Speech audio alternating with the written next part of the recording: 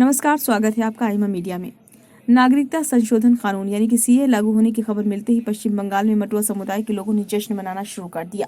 उत्तर 24 परगना के ठाकुर नगर में जिस समुदाय का मुख्यालय माना जाता है, वहां लोगों की खुशियों का ठिकाना नहीं था।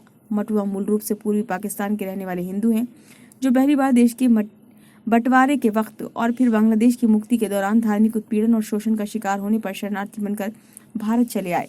बंगाल में पूर्वी पाकिस्तान से आने वाली मटुआ और राजवंशी दोनों समुदाय दलित वर्ग में आते हैं। 2011 की जनगणना के अनुसार बंगाल में करीब 23.5% दलित वोटर हैं। इनमें मटुआ समुदाय की आबादी करीब 35% और राजवंशी समुदाय की 32% बताई जाती है। हालांकि इनकी संख्या को लेकर अलग अलग दावे भी किए जाते हैं। ये दोनों ही समुदाय हमेशा से बांग्लादेश से धार्मिक उत्पीड़न का शिकार होकर आने वाले शरणार्थियों को भारतीय नागरिकता देने के लिए नागरिकता संशोधन कानून बनाने की मांग करते आ रहे हैं। भारतीय जनता पार्टी ने 2019 के लोकसभा चुनाव में इसका वादा किया था और उसी वर्ष इसे संसद के दोनों सदनों से पारित करवाकर कानून भी बना दिया गया।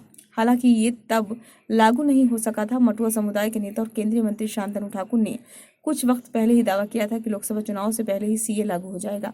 बाद में केंद्रीय गृह मंत्री अमित शाह ने भी इस बात की पुष्टि की थी और इसी के अनुसार 11 मार्च 2024 को पूरे देश में सीएए लागू कर दिया गया है। मटुआ समुदाय के लोग ज्यादातर बंगाल के उत्तर और दक्षिण 24 परगना और नदिया जिले में रहते हैं। कई और जिले में भी हैं। इनकी जनसंख्या काफी है। जानकारों की माने तो बंगाल की 42 लोकसभा सीटों में से लगभग 15 सीटों पर ये दोनों समुदाय किसी भी पार्टी की हार या जीत को प्रभावित कर सकते हैं। मटुआ समुदाय का खास प्रभाव मूल रूप से बनगांव, बारासात, कृष्णानगर, राणाघाट, कूचबिहार और जलपाईगुड़ी में माना जाता है। इनके अतिरिक्त भी कई सीटों पर इनका अच्छा वोट बैंक है। मटुआ समुदाय का बांग्लादेश से सटे सीमावर्ती इलाकों में इतना दबदबा है कि 30 सीटों से ज्यादा विधानसभा क्षेत्रों में ये अकेले चुनाव परिणाम को प्रभावित करने का दम रखते हैं। सूबे में इनकी आबादी करीब 30 लाख बताई जाती है। राजवंशी समुदाय मूल रूप से उत्तर बंगाल में रहता है और कूचबिहार और जलपाईगुड़ी में उनका अत्यधिक असर माना जाता है। मटुआ समुदाय से आने वाले केंद्रीय मंत्री शांतनु ठाकुर बनगांव से ही भाजपा सांसद हैं। मटुआ समुदाय को पहले बंगाल में सत्ताधारी तृणमूल कांग्रेस समर्थक माना जाता था, लेकिन सीए लागू करने का वादा करने की वजह से भाजपा को इनका समर्थन मिला और 2019 में 18 सीटें जीतने में मटुआ और राजवंशी समुदाय का बहुत बड़ी भूमिका रही थी। लेकिन 2019 में नागरिकता संशोधन कानून बनने के बाद इसको लेकर जिस तरह से देशव्यापी हिंसक विरोध शुरू हुआ, उसके साथ साथ कोविड-19 महामारी फैल गई तो उनके नियमों को लागू करने का काम लटका रह गया।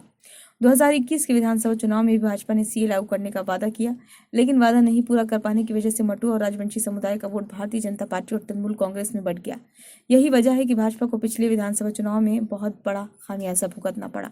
अब मोदी सरकार ने सीए ऐसे वक्त में लागू किया है जब लोकसभा चुनाव की तिथियों का ऐलान होने वाला है। इसके सियासी निहितार्थ साफ है। मटुआ और राजवंशियों की दशकों पुरानी मांग पूरी हुई है। टीएमसी की तीखी प्रतिक्रिया से भी अंदाजा लगता है कि बंगाली ही नहीं, असम और त्रिपुरा जैसे सूबों के लिए इसके लागू होने का मतलब क्या है। बहरहाल ये तय है कि चाहे असम हो या पश्चिमी बंगाल, लोकसभा चुनाव से पूर्व सीए लागू होने का फायदा भाजपा को चुनाव में जरूर मिलेगा। वीडियो आपको कैसा लगा? यदि अच्छा लगा हो तो लाइक कीजिए और कमेंट बॉक्स में अपने सुझाव दीजिए तथा यदि इस चैनल में पहली बार वीडियो देख रहे हैं तो चैनल को सब्सक्राइब करना ना भूलें।